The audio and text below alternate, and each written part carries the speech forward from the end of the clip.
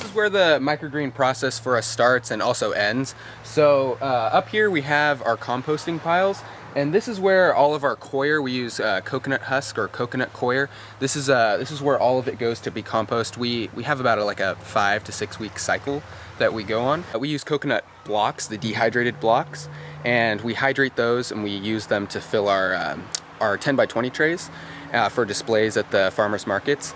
And then once those are spent and cut, we take those and we compost them over here. And that's pretty much the only input into the system. We compost it for plenty of times, and it's well broken down. And it's just the greens left over from the microgreens and the coir. Right, it's just the coir and the microgreens left over. So then I see you have this really cool cart system. Yeah. What's this about? So this is our we call it the Coil Coaster.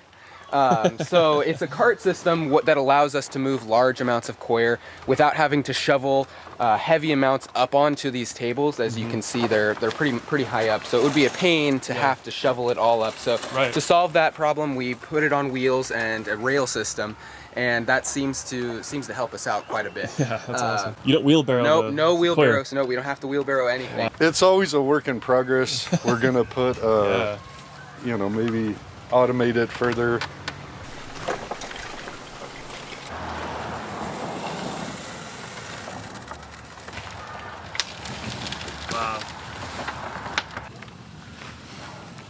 So now you just rake it out like it's a seed bed. Yeah, we rake it out just like it's a seed bed or you're planting any regular row crops. And we like to get a thickness similar to the 10 by 20 trays, so I'd say closer to an inch or two.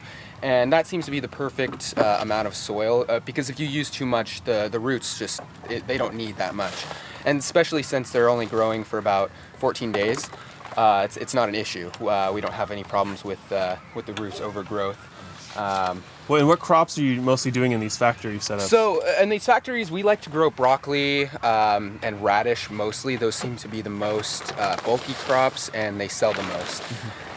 We have a highest demand for broccoli here, and I think that for what I've seen, for the most part, people like microgreen growers and producers tend to have higher demand for broccoli out of most of the crops, and it really does grow the best out of all of them. So that's.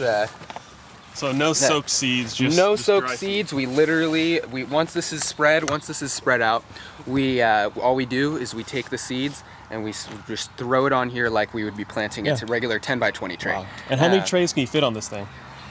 This is 20 feet by 8 feet wide, so it's 73 10 by 20 trays. Wow. And really, it's just real estate for us. The reason we haven't moved to the soaked, you know, I don't see any reason why peas and sunflowers won't work as well. Yeah. We need to simulate the pressure or stacking, which, you know, there are a number of ways I've thought about doing it, like weighted bread trays, you know, another plastic with soil on top of it, and then remove that. Yeah, so a lot interesting. A lot of options. Yeah. We can show you this one. Yeah. So this one right here is the next step in the process. Our 10 by 20 trays, we usually stack them after they're planted because it's stimulates pressure, and it forces the seeds to grow roots down into the soil, and it also forces the stems of the broccoli and the radish to grow longer. So for this kind of creates a greenhouse effect where it traps all of the water in, and we can germinate the seeds in the wintertime, similar to the summertime. So like in about 3 to 5 days, I'd say that the seeds are germinated and ready to uncover this. This process still has a little bit more kinks to work out, but for the most part, we figured out that covering them is the best way to germinate. This tray up here was uncovered yesterday. Yeah. Oh, yes. So this one, plastic on it yesterday. Wow. So what percentage shade cloth do you use? This is 50. Oh, that's 50. And it works pretty well in the winter. However, when we double it like this, you know, we have to double it for summer. So that's a 70 and this is a 50. So in August we had a 50 and a 70 on it.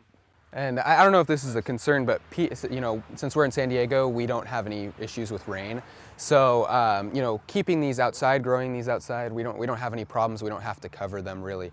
So you know, for people who live in areas where it rains more, that might be more of a concern. But with these factories, we don't have any problems with rain. So That is nice, yeah. You know, you have to maintain them because, for instance, this patch right here got too much sun yesterday when it was 80, and Yeah, you know, need to adjust the shade all the time. I see. Interesting. But the efficiency that you're getting from this system is so valuable that, I mean, you're talking about 72 trays that you got to move and dump and. Absolutely. Yeah, this is what happened. Is I calculated 72 trays per factory, and then the number of steps. If you can look over there to our, you know, cars and headed to the market, it's a lot of steps. It is. So here we have. Is this broccoli or what is this one? So This is radish. This is Radish, a mixture okay. of broccoli it's and a radish. mix. Oh wow. Yeah, I see it. That's what we like to do. This is what these tables we mostly use for our salad mix, our bagged salad mix that we sell.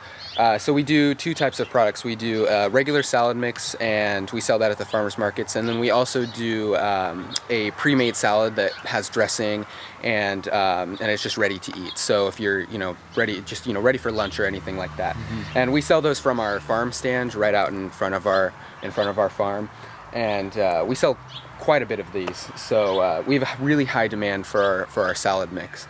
So that's why we spend most of our time growing that on these larger factories. So what we do to harvest, we have knives and bins, and we'll cut them into the bins, and then we'll wash the stuff and spin dry it, and then dry it on our drying rack in our garage. So that's our process right now. How do you guys turn these over? Like, what's the process for? You've cut it. You're done with this crop. Now what do you do? So we pull this right up here, and with our big snow shovel, just start shoving the linen in. Scoop it off here. Yeah, and then it goes back over there. It composts. You move it. You're kind of moving it down the line. Yeah. So we've got different compost bins. So one of them will be 2 weeks from ready, and then one of them will just be, just spent. So we just emptied that off of the factory, and so that's going to be another 5 to 6 weeks. But pretty much the cool part about Coir is it really does compost fast. Like it breaks down really fast. It's almost a guaranteed composting rate that we've found with this, and we've never had any issues with. Very rarely have issues with not having enough. See, if we're not inputting enough 10 by 20 trays, the display trays, into the system, then we might have a little bit of an issue, but for the most part, we never have a problem with compost. Then it goes back into the cart that we saw earlier. The cart goes back over here, dumps out, and you seed it again. You're recycling like almost 70%, you think? Something like that? Somewhere around that. Somewhere around that, yeah. I mean, that's pretty awesome. Well, I would say we're putting in 20% new each week. Okay. So, we'll put in 10 to 15 blocks, 11-pound blocks each week. I mean, this must have increased your efficiency, like your profit margin too, a bunch. It really has. Just the amount of time it saves us, because, with trays and 10 by 20 trays specifically, there's so much more tending that you have to do. You got to make sure that each one is perfectly watered, not too wet, not overwatered. Right. And with this, there is no issues with overwatering. There aren't any problem areas across the tray. With 10 by 20 trays that, you could have dry spots or even mold patches, because sometimes that does occur within 10 by 20 trays, and we don't have issues like that with this. Neat. This is a block of Coir, and we put in like 15 of these new. It will grow when it's watered. We're gonna build another factory right here. Okay.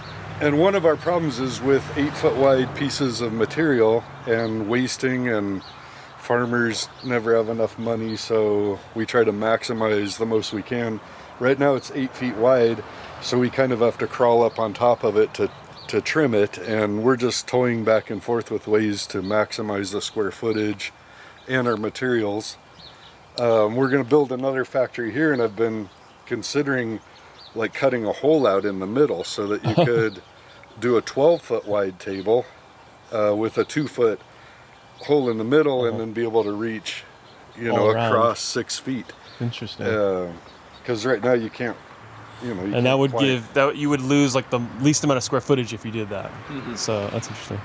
That's what farmers have to do, is sit around and figure out how to do more with less. Right. Yeah.